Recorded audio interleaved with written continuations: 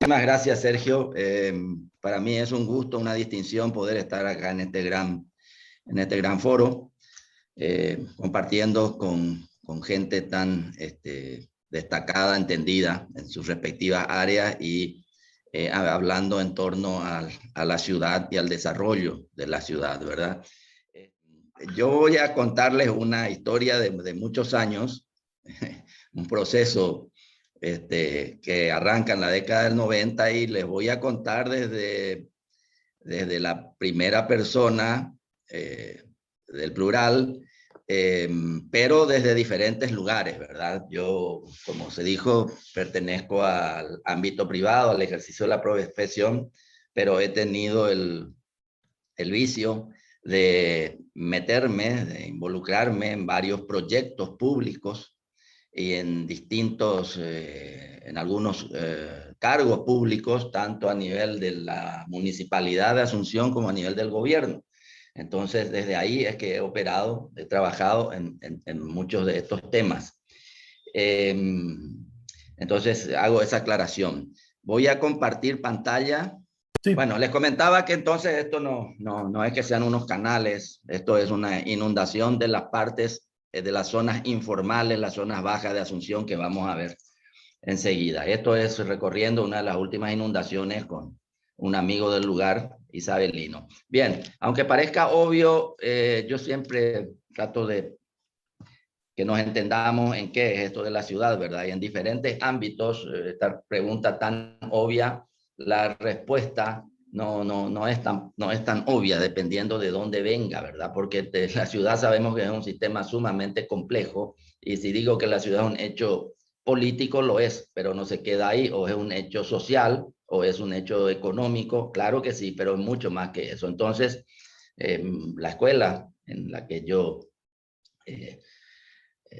aprendí estas cosas, por supuesto, nos enseñaron a tratar la ciudad como un sistema sumamente complejo.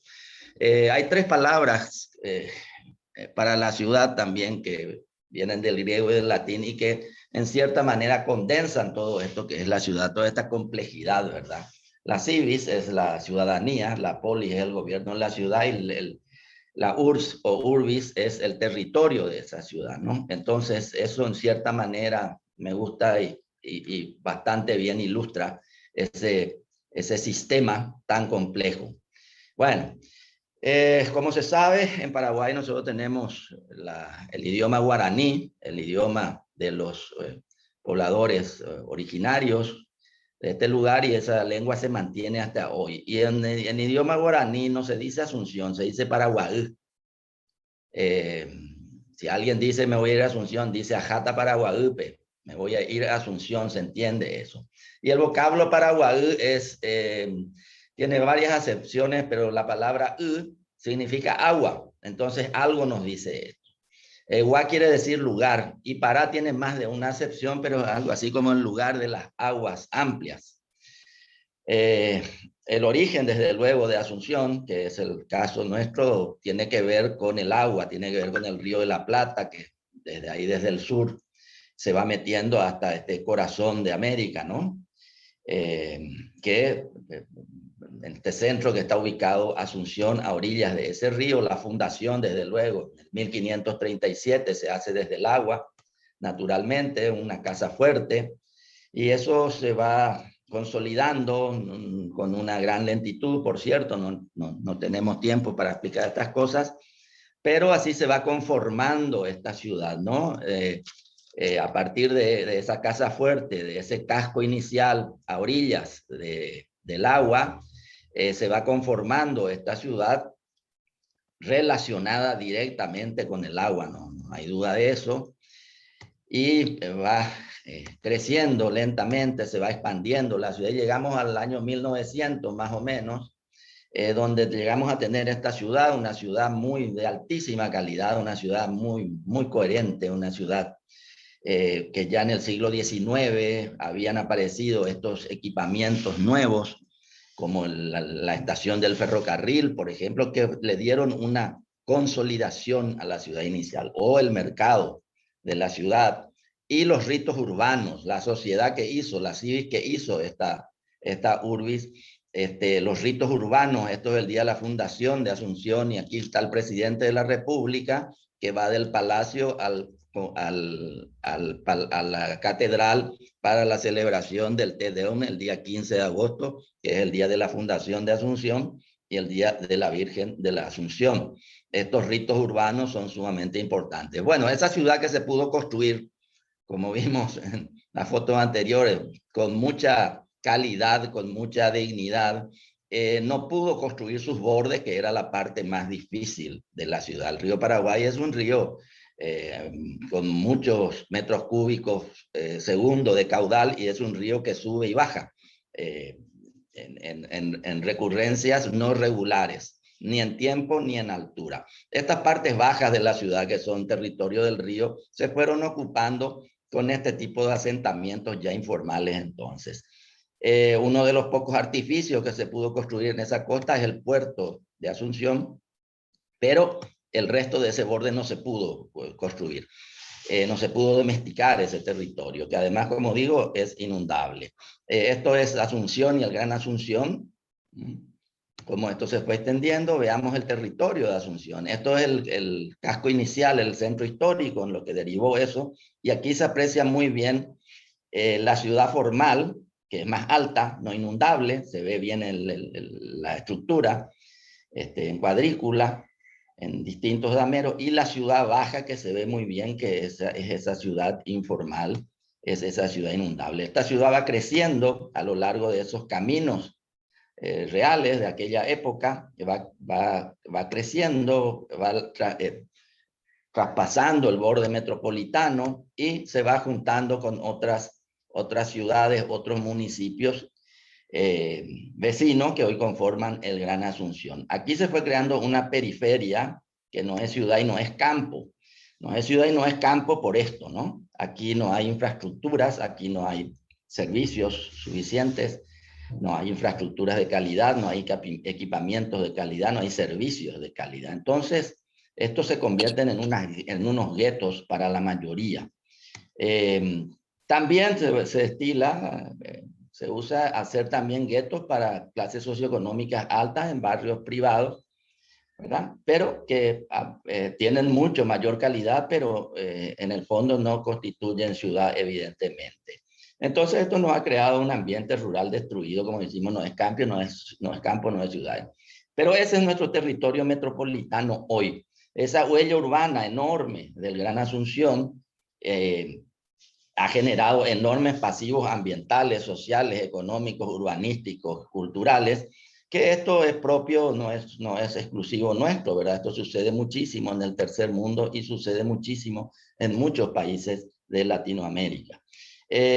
Algunos datos de esos pasivos generados, ¿verdad? Evidentemente, densidades bajísimas no permiten financiar servicios, por ejemplo, el tema sanitario. Al tema sanitario le debemos entre 2.000 y 3.000 millones de dólares.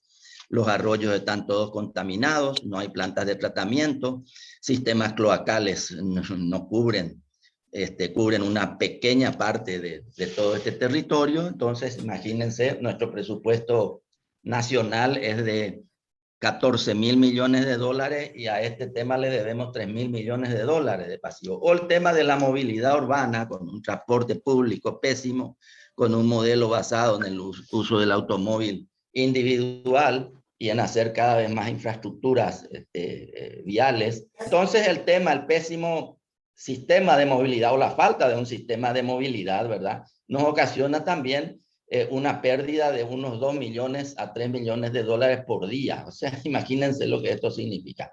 Bueno, Asunción hoy, aquí está Asunción, con respecto al Paraguay, la región metropolitana. Asunción es es esta zona anaranjada, la zona verde es la zona urbanizada.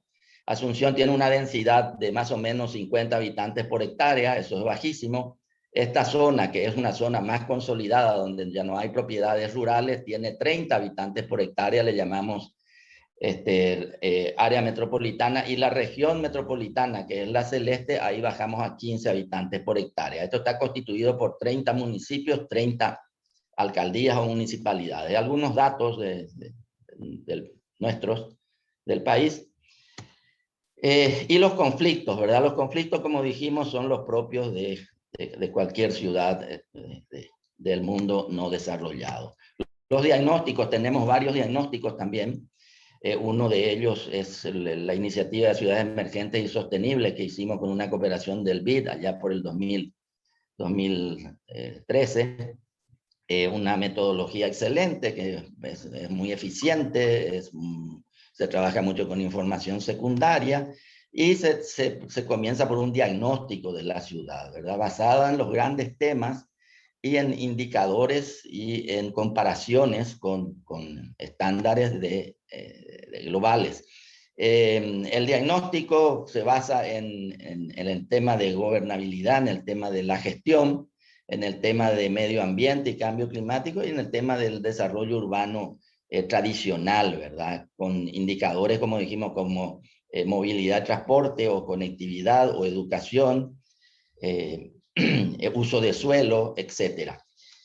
Entonces, como vemos, nuestro diagnóstico, lo que está en rojo es que estamos muy mal, lo que estamos en amarillo, estamos en el medio, y lo que está en verde está aprobado. Tenemos muchísimos deberes pendientes, nos indica esto claramente. Modelos de crecimiento de la ciudad, si seguimos con el modelo tendencial, esta ciudad se hará cada vez, tendrá menos calidad de vida, será más cara, por supuesto, generará muchos más pasivos y seguirá ocupando sin densidades el territorio de la región.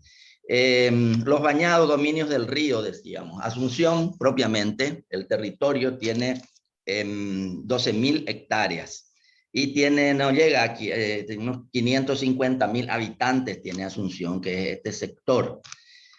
El Gran Asunción tiene más de 3 millones de habitantes, lo que les mostré. El Paraguay tiene 7,5, entonces cerca de un 50% de la población está concentrada en el Gran Asunción. Acá está el Bañado Norte, estas tierras que son dominio del río, son lecho de río en realidad esto, pero es un territorio del río que fue ocupado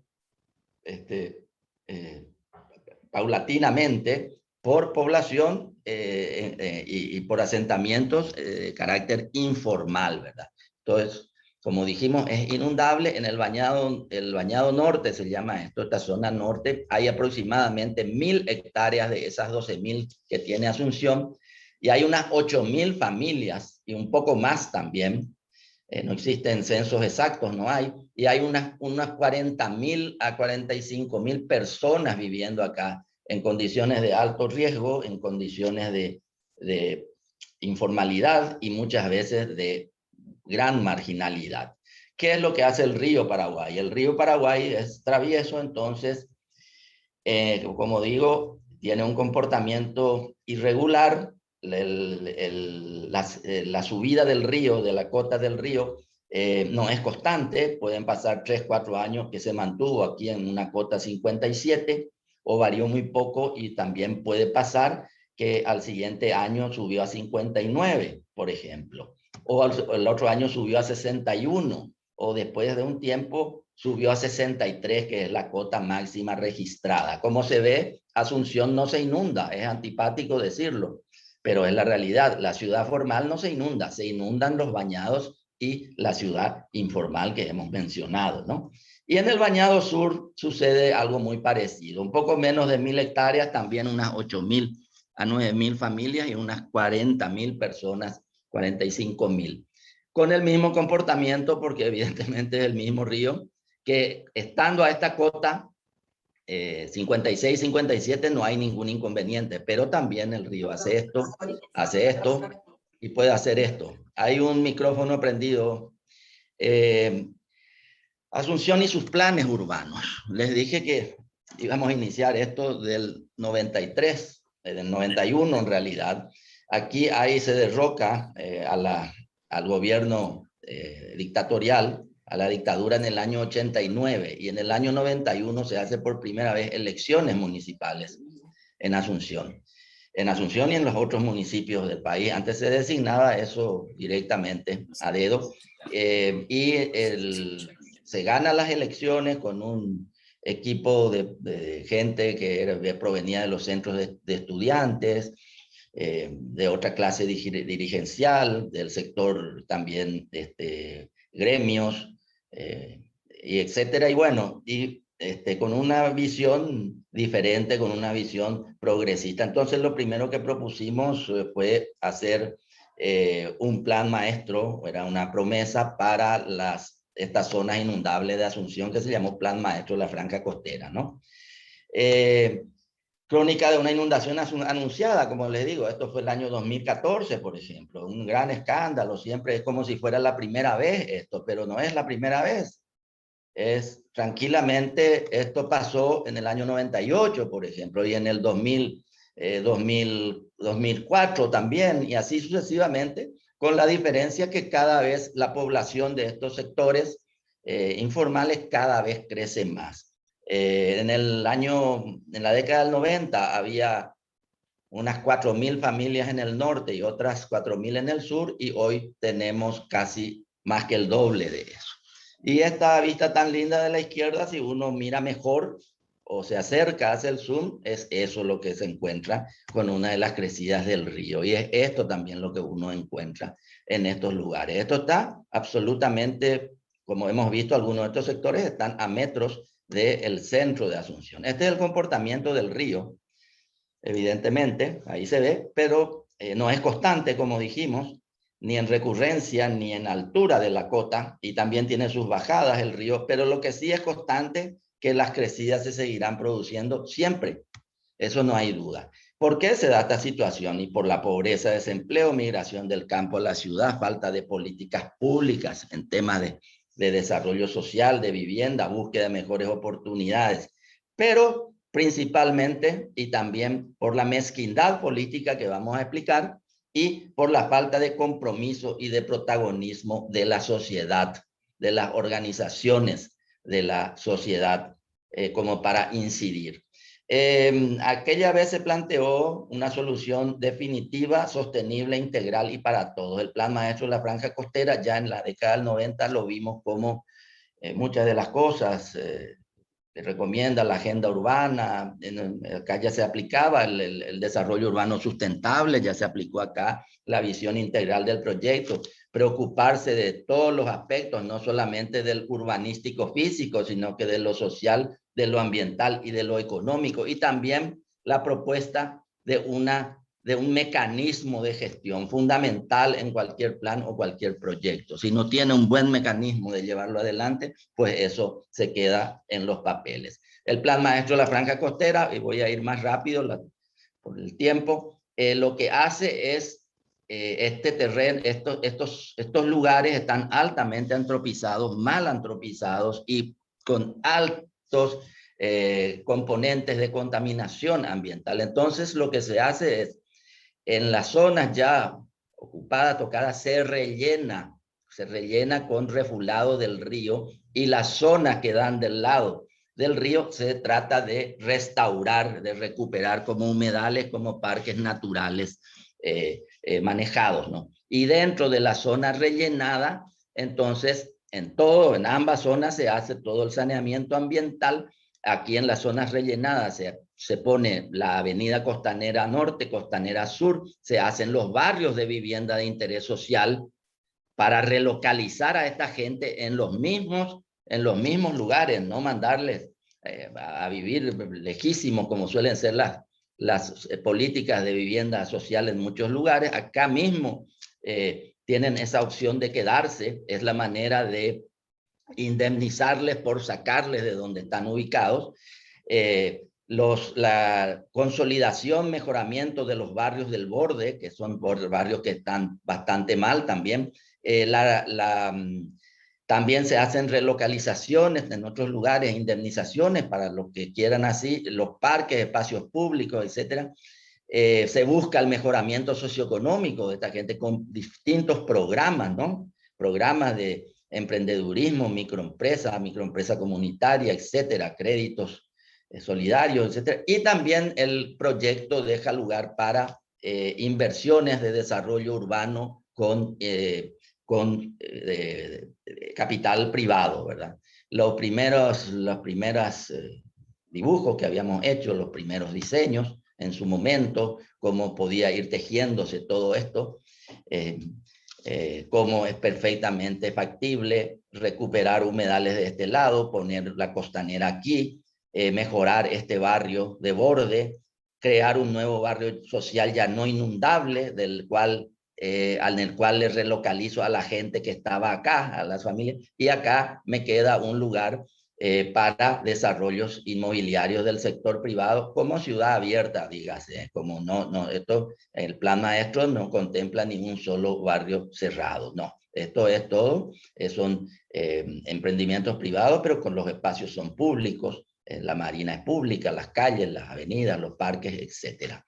Ese contacto con el agua. Y bueno, y el plan maestro se estructura en base en su momento fueron al inicio 40 y tantos proyectos, por ejemplo, es la ficha de la Costanera Norte, y este es el corte de la ciudad.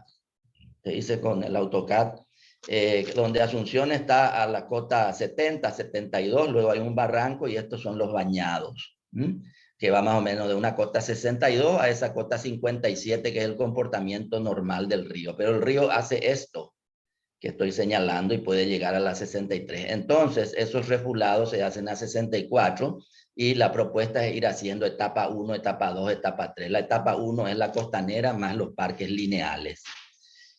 Aquí se ve lo mismo y aquí se ve uno de los primeros dibujos que habíamos hecho. Por supuesto, nosotros para hacer todo esto, conformamos un equipo técnico local y hicimos un convenio con una organización que se llama FLACAM, que es una red, varios de los que están acá conocen eso y de los que están escuchando también, que FLACAM está liderada por Rubén Pesci, que es este señor que está acá.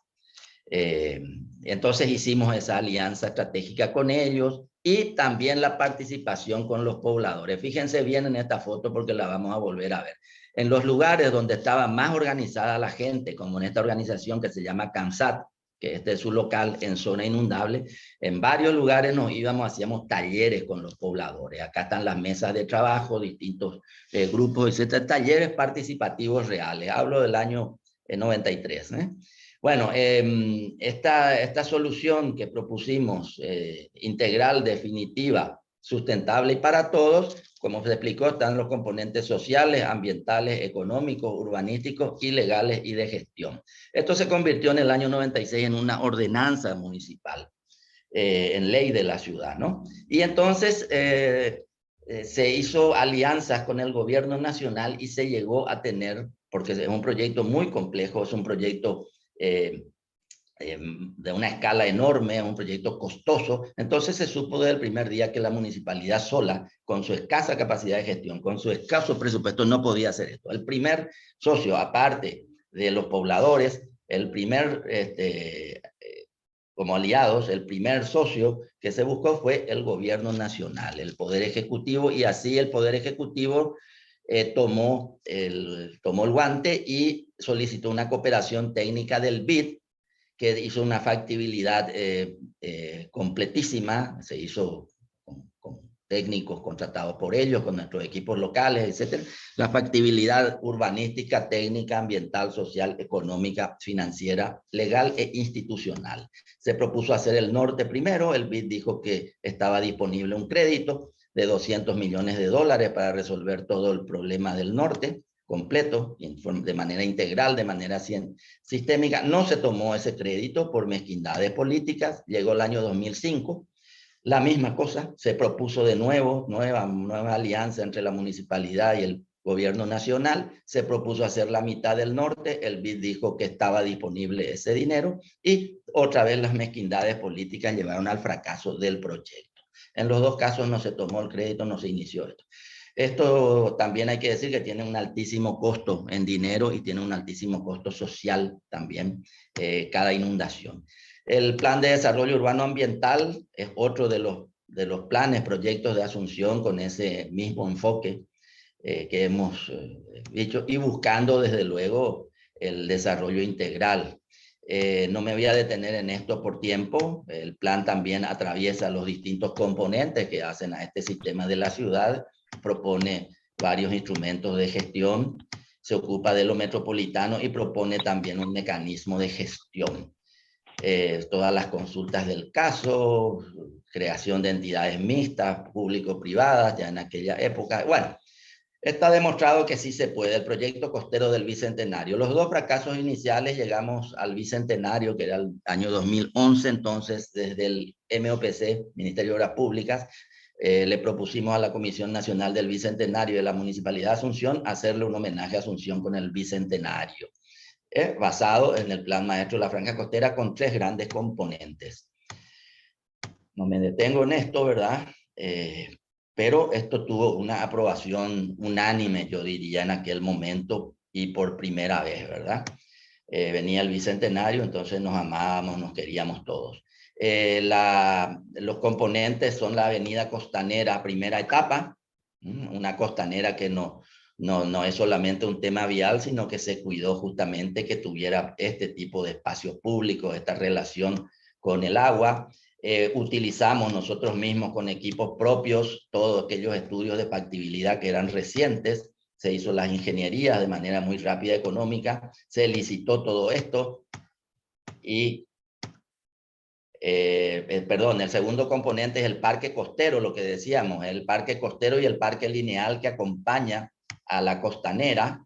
Ahí se hizo un gran concurso, ganó un grupo, se le dieron los trabajos y los barrios de interés social, el tema social fundamental. Ahí nosotros relocalizamos cerca de 450 familias. Un gran trabajo se hizo para esto, el trabajo con la gente, con las comisiones, con las familias, la identificación, los censos, todo ese tipo de cosas. Y bueno, lo bueno es que se propuso 2 barrios, uno aquí mismo y otro en el Gran Asunción. El del Gran Asunción se paró por la xenofobia de algunos políticos de ese lugar que no querían que esta gente se mude ahí. Ellos eligieron voluntariamente ese lugar y otros eligieron la indemnización. Este señor, por ejemplo, vivía en esto y se compró esto en el Gran Asunción, apoyado por lo que llamamos nosotros la indemnización asistida, un equipo sociojurídico que le acompañaba a la persona para que no fuera engañada en su buena fe.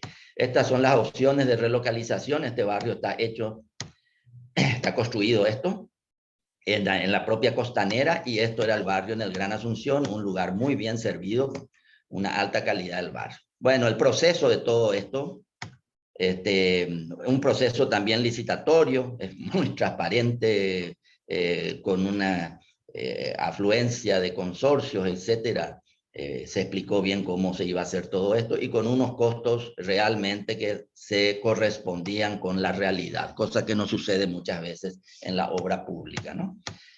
Un equipo de trabajo tuvimos excelente, interinstitucional también, esto es fundamental en todo esto. Y bueno, lo que había comenzado con este cartel terminó de esta manera, ¿verdad? El proyecto costero del Bicentenario, ahí ejecutado, inaugurado y con estas grandísimas rentabilidades. Yo llevo 30 minutos, 25 minutos yo llevo, Sergio, pero vos me manejas eso, por favor. Adelante, tienes tiempo, tienes tiempo. Bueno, las rentabilidades, entonces, ¿por qué se hizo el proyecto costero del Bicentenario? Pues se había fracasado las otras 2 veces anteriores por, como digo, mezquindades políticas, por malos políticos. Que cuando estaba todo arreglado, una vez no lo liquidó el nuevo intendente de Asunción, le dijo al gobierno que se iba a hacer de otra manera, etcétera, y la otra vez el gobierno, después de hacerse toda la factibilidad, decirse que se tomaba el crédito, le dijo a la intendencia que no podía hacer en ese momento. Bueno, el proyecto sirvió para mostrar que lo que se decía era real, ¿verdad? Entonces, grandes rentabilidades urbanísticas, sociales, ambientales, económicas, políticas, culturales. Vuelvo atrás, porque esto no sucedió jamás en Asunción. La gente, ahora parece normal. Tiene 10 años esto, pero parece normal, parece que siempre estuvo. Jamás nadie llegó hasta estos lugares, salvo la gente que sí vivía en estos barrios informales, en estas zonas inundables, en pésimas condiciones. Esto que para ustedes, los que nos están viendo en sus ciudades, les parecerá muy normal, esto fue absolutamente inédito en más de 400 años de existencia, casi 450, de la ciudad. Por primera vez sucedió esto. Y como verán, hay más gente que automóviles, por suerte. Y acá están las rentabilidades de este proyecto que quedaron demostradas, ¿no? Estos son, a partir de haberse hecho esos 3 primeros componentes, se propuso los siguientes módulos de este rompecabezas, varios de los cuales están en ejecución hoy. ¿Por qué se pudo concretar el proyecto costero del Bicentenario? Porque nosotros en nuestra escuela de FLACAM le llamamos el poder del proyecto. Si yo quiero cambiar una realidad, pues yo tengo que tener un proyecto. Por supuesto, un proyecto bien hecho, bien pensado, bien diseñado, bien desarrollado. Un proyecto sustentable. Había un proyecto, el Plan Maestro de la Franja Costera, que venía ya de muchos años. Había, y luego se convirtió, algunos módulos de ese Plan Maestro, se convirtió en el proyecto costero del Bicentenario. El poder de la sociedad. Después del segundo fracaso del 2005, este proyecto se encajonó, se tiró porque 2 veces se llegó a la factibilidad final, la disponibilidad financiera de un ente internacional aprobada y no se tomó y no se inició. O sea, un proyecto ultra quemado, no hay vueltas. Entonces, en el 2007, aparece esa sociedad, aparece la CIVIS. Todas estas organizaciones se organizan unos talleres y sacamos una propuesta que se llamó Nuevos Caminos para la Franja Costera, 2007, antes del 2011.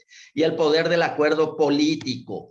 En el marco del Bicentenario, los 3 poderes del Estado, la Intendencia, la Junta Municipal, todos, la opinión pública, todo el mundo muy de acuerdo con esto. Se hizo con crédito lo que se hizo con dinero de 3 ejercicios presupuestarios, 2 en realidad del gobierno nacional. El plan Asuvivas, número 6, titular 6. Posteriormente a eso continuamos reactualizando el tema de los planes para Asunción.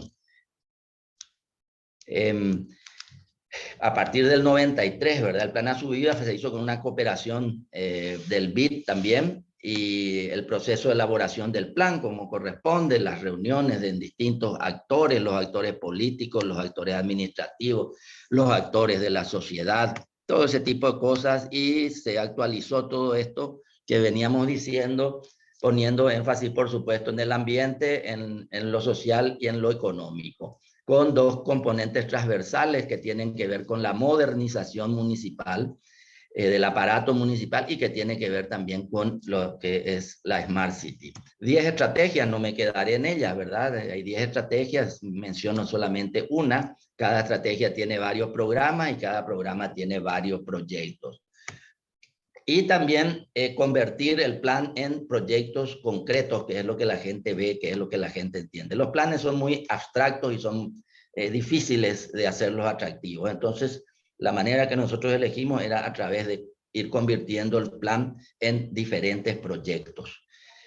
Una propuesta para Asunción, no me quedaré en esto, vinculado a otras iniciativas, a otros proyectos, a otras cooperaciones de otras entidades como el Banco Mundial con este proyecto ASU Participa, esta plataforma digital que es magnífica para obtener información, para manifestarse, etcétera.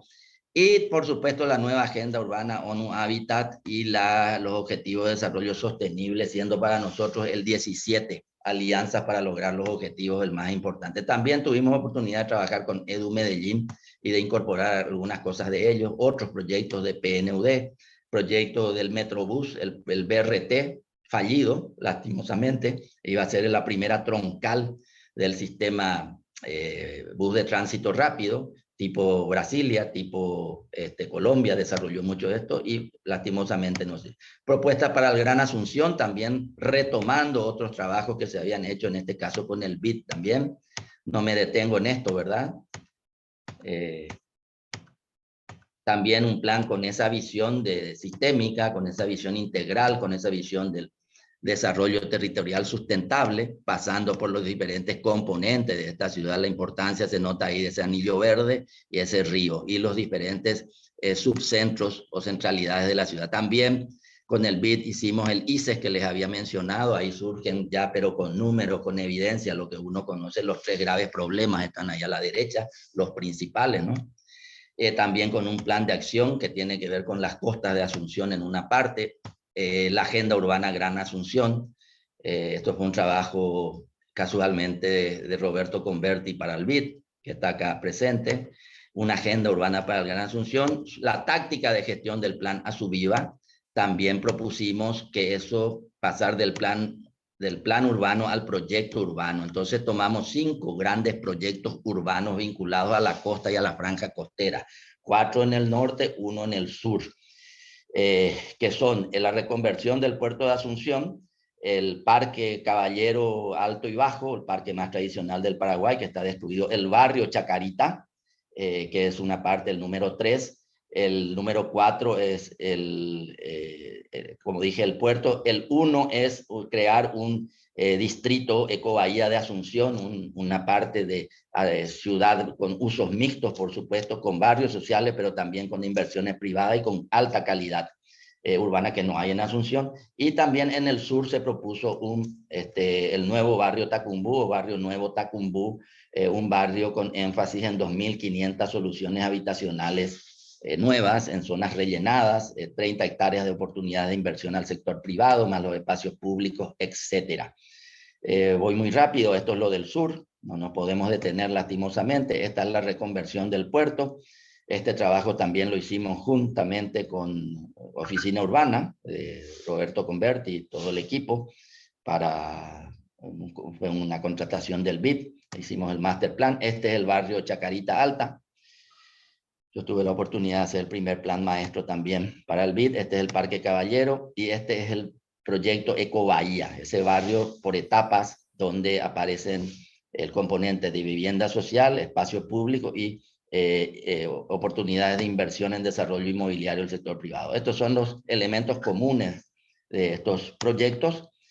En las alianzas estratégicas en base a acuerdos con el gobierno nacional, también con esa misma visión que se tuvo de la franja costera, esto también funcionó, está funcionando en algunos casos, en otros no funcionó, pero sí, varios está funcionando. Y luego la fase 2, alianzas estratégicas con los actores urbanos, los foros de la ciudad, hechas foros temáticos, diferentes temas, movilidad, saneamiento, economía de la ciudad, etcétera, trabajando con los propios actores.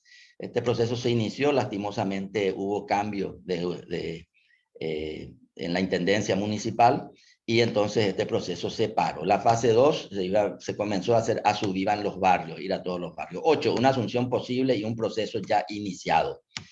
Varios proyectos en ejecución. Lo del proyecto costero del Bicentenario tuvo un fuerte efecto estratégico porque generó otra cantidad de proyectos, mostró que se podía hacer todo esto, que era conveniente. Entonces otros proyectos que estaban en el plan maestro se empezaron a desarrollar, el proceso de preparar proyectos, conseguir dinero, hacer las licitaciones y hacer la construcción. Asubiva propone entonces también la ejecución de estos proyectos, los parques lineales, la vivienda digna, centros cívicos de desarrollo comunitario, algunos está hecho, reivindicaciones históricas, urbanas, varios proyectos que se venía teniendo hace años, el tema de ciudad inteligente, comunidad inteligente, y una agencia pública, ese mecanismo de gestión, ¿verdad?, para el desarrollo de Asunción y de Gran Asunción. La comunicación y las redes sociales, por supuesto, los foros de la ciudad. Los foros de la ciudad ponen de manifiesto, ponen en la vitrina algunos temas importantes. Asubiva en los barrios no se pudo llegar a hacer. La comunicación y las TIC, con esta plataforma, un pacto imprescindible, una gran oportunidad, un pacto social, un pacto político, y el posicionamiento de Asunción es lo que evidentemente como cualquier ciudad busca esto, el marketing de la ciudad. La oportunidad al momento actual, hay muchas organizaciones de la sociedad interesadas en estos temas hoy día, comienza a formarse ese capital social, las inversiones del gobierno nacional en el territorio metropolitano son importantes en los últimos años, es una oportunidad, eso es una fortaleza. Las inversiones inmobiliarias, Asunción ha recibido muchísimas inversiones inmobiliarias, no siempre bien canalizadas, bien conducidas, pero también es una oportunidad eso y es una fortaleza. La proyección internacional de Asunción se nos ve bien, por lo visto en encuentros, en medios de prensa del exterior también, en la región. El proyecto urbano sustentable, un largo proceso. Vamos terminando. Esto fue cuando le visitamos al presidente Guasmosi en el año 93, llevándole el proyecto y pidiéndole esa alianza, esa sociedad con el gobierno, cosa que se otorgó, por eso se pudo hacer los estudios de factibilidad. Después cambió el gobierno municipal y se vino abajo todo eso, que ya les conté. Lastimosamente así fue. Y después en el año 2005 vuelve a suceder la mismísima cosa. Politización conduce al fracaso del proyecto de la franja costera.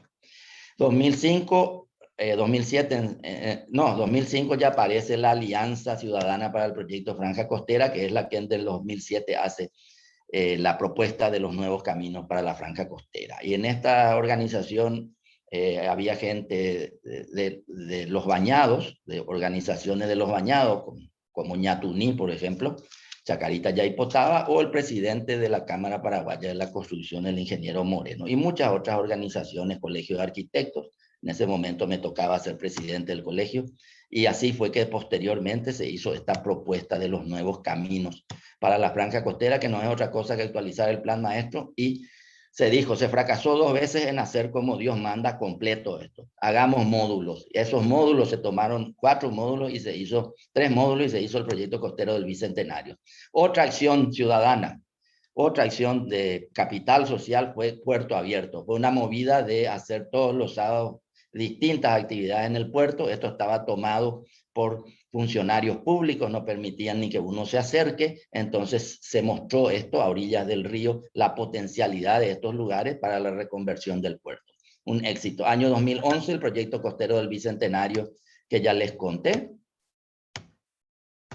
Y vamos terminando. Evidentemente esta no era la imagen de Asunción, o la realidad, no la imagen refleja la realidad de Asunción con ese borde, el uso de este lugar de reconversión del puerto de Asunción. El Bicentenario, la gente por primera vez, recuerden que vivimos en dictadura muchos años, por primera vez se recuperó el espacio público para el encuentro, para la fiesta en el Bicentenario. Estas son las calles del centro de Asunción. Estos fueron unos días magníficos. La gente redescubrió o descubrió la ciudad de manera lúdica, de manera de ocio, con algunas actividades culturales, rememorando el Bicentenario. Hicimos la playa, la primera playa de Asunción. Se rieron de nosotros porque el agua está totalmente contaminada. En un año se termina la planta de tratamiento de aguas residuales que esto desencadenó. Así que se podrá bañar la gente ahí. Algunas lecciones aprendidas. Aprender de la historia y saber utilizarla. La sociedad de 1900, de fines del siglo XIX, inicios del XX, que venía de una guerra desastrosa, que nos desapareció el Paraguay por milagro, 1870, esta sociedad pudo construir esta ciudad magnífica que les mencioné. Bueno, hay que aprender de eso, creo. La visibilidad y la instalación del proyecto en la opinión pública. Hay que dar a conocer los proyectos públicos para conseguir aliados, para conseguir adherentes, ¿verdad? Bueno, acá no hay publicidad, ¿verdad? No hay espacio pagado, hay noticia de interés. Y aquí también, con todo lo que se generó, hay algunas fortalezas, oportunidades ocultas. Dicen en Gallup que somos muy felices acá en Paraguay, ¿será? Entonces aprovechemos. O dice un periodista del New York Times que Asunción es una ciudad espectacular. Yo no le soborné a este señor, ni siquiera le conocí.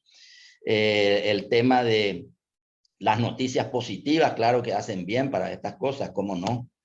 Y las grandes potencialidades también que tiene las costas de Asunción. No es solamente pasivos y amenazas y debilidades, sino que también, por supuesto, las costas de la ciudad y un río tan magnífico como el nuestro tiene unas oportunidades y unas fortalezas enormes. Los grandes proyectos urbanos y los temas claves en el caso de Asunción.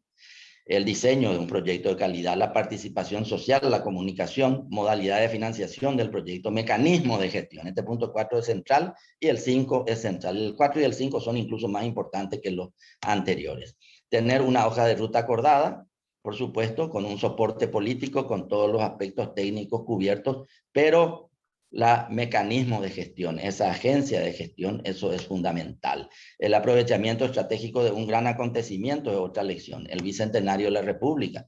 Probablemente si no había esta excusa no se hubiera empezado todo este proceso. Descubrir que existen otros poderes que son los que impulsan aquellos tres grandes poderes. Como dije, el equipo técnico que uno tenga es fundamental y el trabajo con la gente. En todo esto es un grupo de uno de los barrios de pobladores trabajando directo con ellos. En ese barrio que se hizo realidad. La pasión es fundamental, la pasión puesta en un proyecto. Si uno no hace estas cosas con pasión, mejor que no las haga. El camino es muy duro, desde luego, muy difícil, pero también puede tener sus frutos. Y la pasión ayuda a esto. Epílogo para la acción, último punto. Año 91, el punto de partida, como dije, cuando se ganan las elecciones municipales, democráticamente después de la dictadura, lo que nos entregaron en la municipalidad fue este plano, que era un plan regulador, dicen que la realidad de la ciudad era otra absolutamente, pero créanme que esto es lo que se nos entregó. Enseguida pusimos papeles encima de esto y empezamos a traer gente, a hacer aportes, a discutir, etcétera, etcétera, y esto es lo que generó los proyectos, los planes posteriores. El desarrollo urbano integral, un proceso complejo e interactivo, siempre recordando el poder del proyecto. No voy a cambiar la realidad si no tengo un proyecto. No voy a cambiar para bien. Entonces siempre, esta es una frase de Julio Carlos Argam, maestro de Rubén Pesci, por cierto, que habla justamente de la importancia de ese proyecto. Los tres poderes de la ciudad que habíamos mencionado, la sociedad, el gobierno de la ciudad y el territorio, hacer un círculo virtuoso y colocar el proyecto nuestro, el proyecto que uno está, el proyecto sostenible en este proceso, ¿verdad? Un proceso que se basa en la participación, los compromisos y los acuerdos de los actores y colocar en campos de interés de estos tres grandes componentes de la ciudad. Cuanto más grande sea este triángulo, más viable es mi proyecto de ciudad. No siempre sucede eso. Y algunas alegrías. El proyecto Barrio Refugio, esa gente que les mostré una de las fotos, estos son los talleres proyectuales con ellos. Se hizo un barrio de gran calidad, aquí mismo, ahí mismo, cerca de 100 familias, con todas las de la ley, con todo el tema social, socioeconómico, desarrollo, etcétera.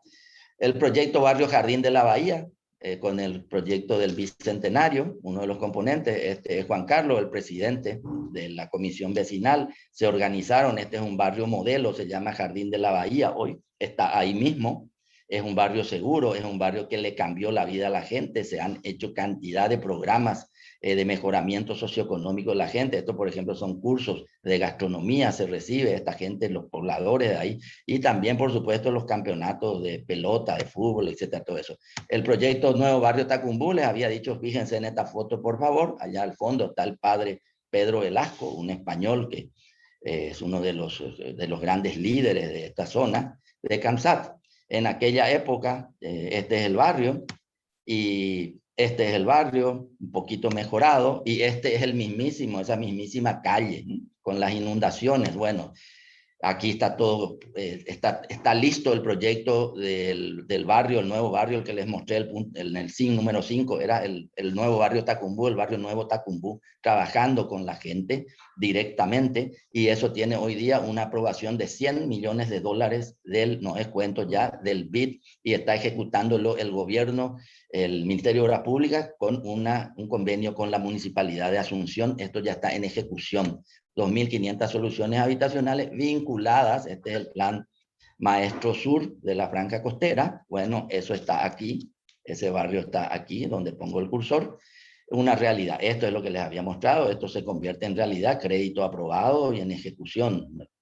Creo que ya los que están haciendo esto no se pueden equivocar. El apoyo de la gran mayoría de esa población, para salir temporalmente de ese lugar se rellena y se relocalizan en los nuevos barrios ya con un título de propiedad y con todas las infraestructuras, servicios, etcétera, decentes que tiene que tener un barrio y una familia y una persona. El barrio Chacarita, por eso puse la foto con Isabelino, también está en ejecución. Este barrio es un programa de mejoramiento, consolidación de este barrio, legalización del suelo, los arroyos lineales, todo este tipo de mejora del espacio público. Esto está también en ejecución con un crédito del BID.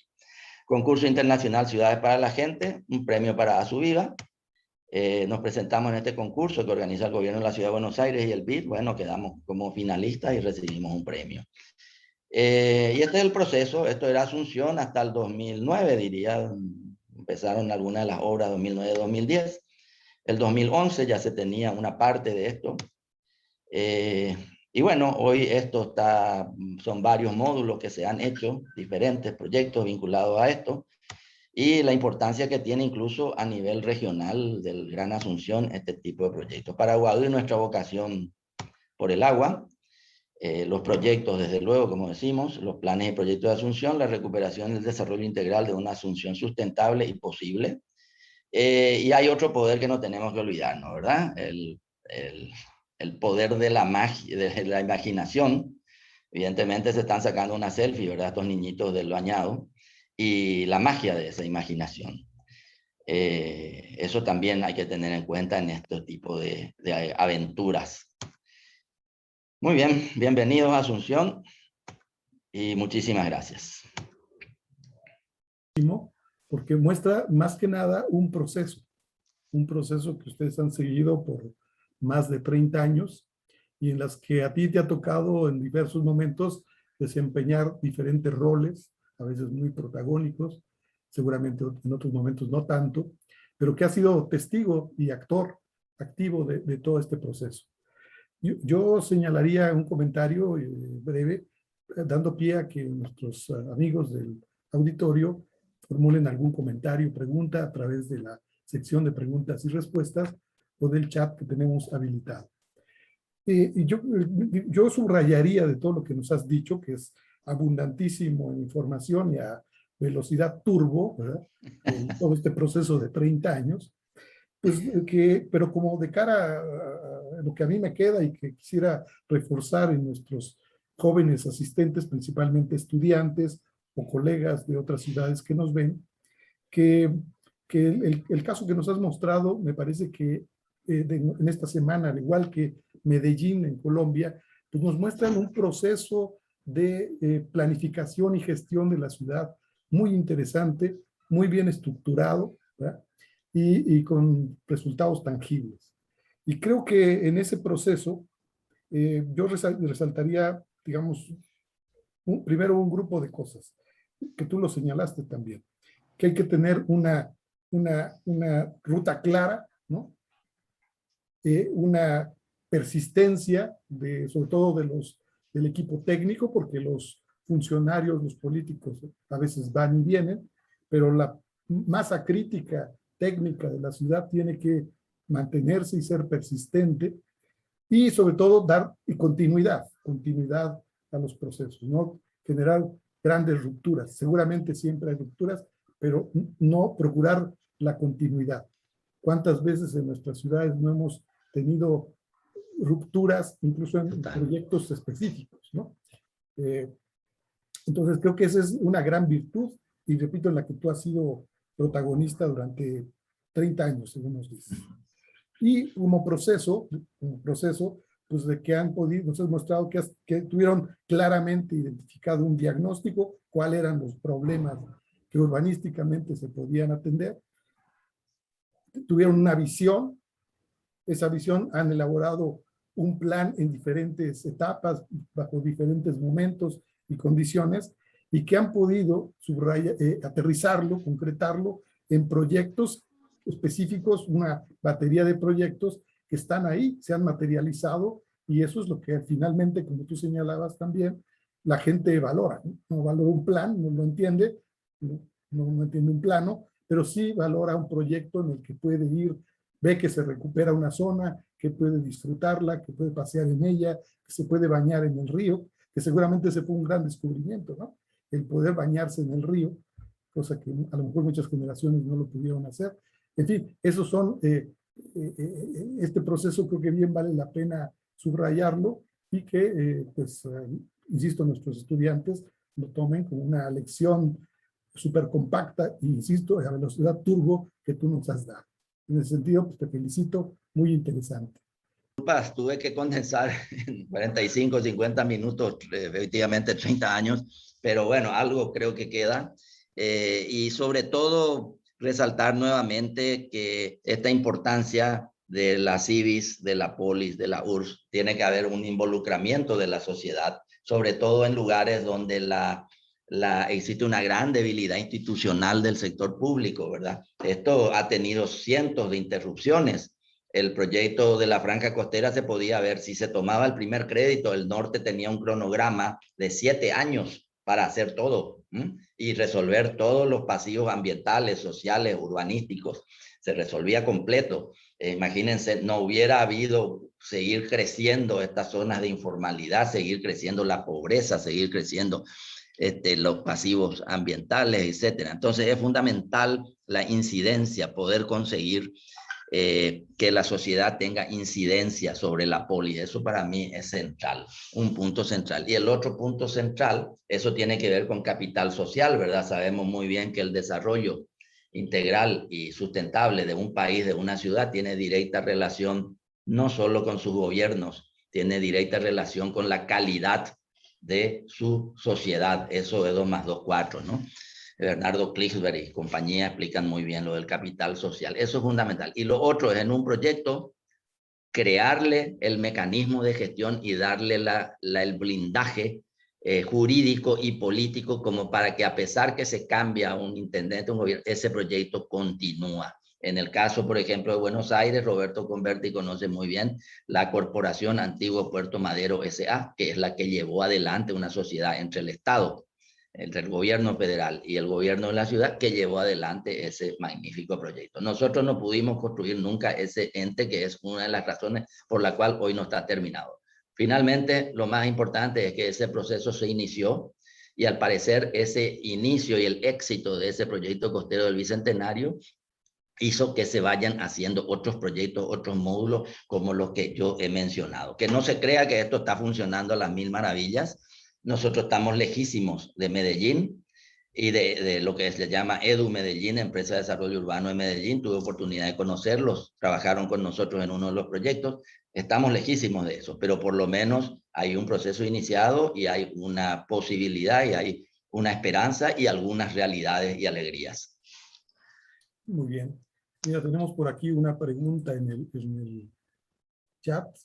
Milton Andrade de Ecuador escribe: felicitaciones por el proceso logrado, con alegrías y corajes en el camino. ¿Cuál es su experiencia en el tema del dragado del río y su influencia en el proyecto urbano planteado? Mira que nos los pregunta una persona de una ciudad que también tiene un río majestuoso como eje. Bueno, explico. Brevemente yo explico por qué se tomó la opción. Cuando las ciudades, se dice que cuando son inundables las ciudades, eso se ha hecho en Holanda, se ha hecho en New Orleans, se ha hecho en otros lugares, lo que se suele hacer es un dique, un polder. No es el caso de Asunción. Asunción, como mostramos, parece antipático, pero no se inunda, se inundan los bañados. Entonces se optó por hacer rellenos, por construir ese borde de ciudad que nunca se hizo en estos 450 años. Entonces, en las zonas ya antropizadas, ocupadas, etcétera, se hace ese relleno, que es una solución ingenieril relativamente no compleja, sencilla, y que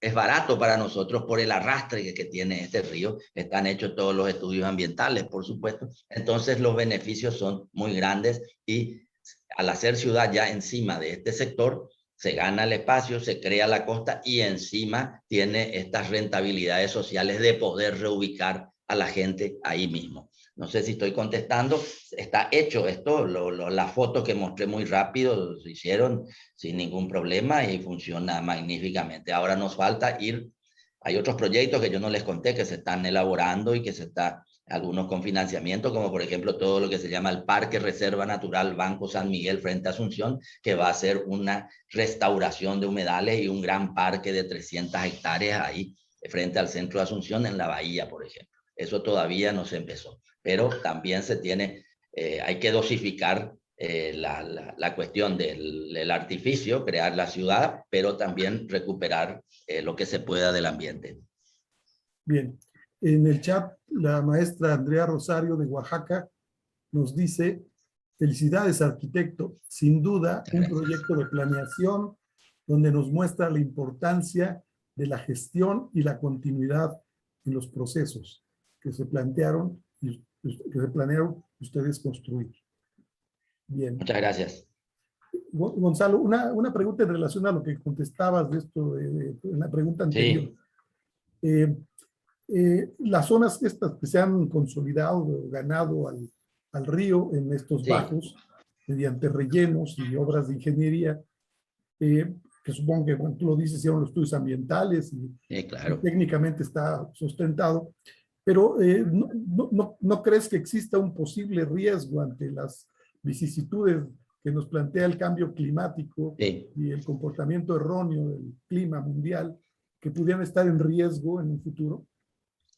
Claro que sí. De hecho, en las nuevas intervenciones, yo mismo he pedido que se estudie nuevamente, a la luz de esta nueva realidad, que se estudie nuevamente esa cota de seguridad, ¿verdad? Que para nosotros, cuando hicimos los estudios, era la cota 64. Que se estudie esa cota y si hay que subirla más en los nuevos emprendimientos, pues que se suba. Sí, claro que sí. La respuesta es sí. Es un riesgo y hay que tener, ahora en los nuevos proyectos se está trabajando, por ejemplo, con el Banco Mundial, en otros 4 grandes proyectos que tienen que ver con esto, y ese es un elemento, eso está a nivel de prefactibilidad todavía, pero es uno de los elementos a ser estudiado, ese riesgo del cambio climático y de la subida del agua. Claro que sí. Bien, no tenemos más. A ver, aquí hay otra pregunta, sí. En el chat, José Melchor de Oaxaca comenta: es muy enriquecedor la persistencia de Gonzalo Garay, además de la pasión y emoción que proyecta. Felicidades. Muchas gracias, muchas gracias. Bien. Gonzalo, normalmente los profesionales o en la academia siempre, bueno, ponemos como gran justificante de nuestras debilidades o fracasos en muchas de las tareas que emprendemos a la acción política. ¿Tú qué nos podrías decir en este sentido, en este largo proceso, en un país que políticamente ha sido también convulso, ¿no?, y turbulento? ¿Qué nos podrías decir al respecto? ¿De qué papel realmente desempeñan los políticos en estos procesos largos? Bien, algo yo ya hablé de ese tema. No esperemos que lo hagan los políticos. Por lo menos en nuestro caso nos han demostrado que muchísimas cosas que podían hacer y que debían hacer no las hicieron. Solamente las hicieron cuando intervino la Civis a incidir sobre la polis. Eso es lo que yo digo. Y para que la Civis pueda incidir en la polis, pues la Civis tiene que tener peso. Si no, no te hacen caso. La Civis tiene que tener un peso que es lo que se llama capital social. Eso es una construcción silenciosa de todos los días, y la Civis, la sociedad no tiene número de teléfono, ni tiene WhatsApp, ni tiene mail.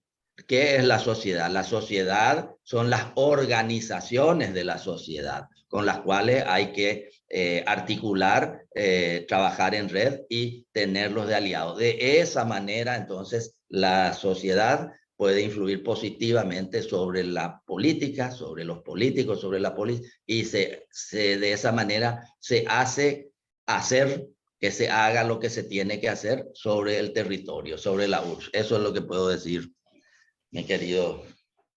A haber cumplido con las expectativas de ustedes. ¿Cómo no? Le agradezco a la gente que nos estuvo escuchando, etcétera, y bueno, ojalá que si a alguien, a una persona, a un estudiante, a alguien le sirve esto que estuvimos contando, que no tiene ninguna pretensión ni académica ni nada, simplemente yo vine a relatar una experiencia sobre el caso de Asunción que conozco. Si a alguien le sirve, pues adelante, ya está cumplida la misión. Muchísimas gracias.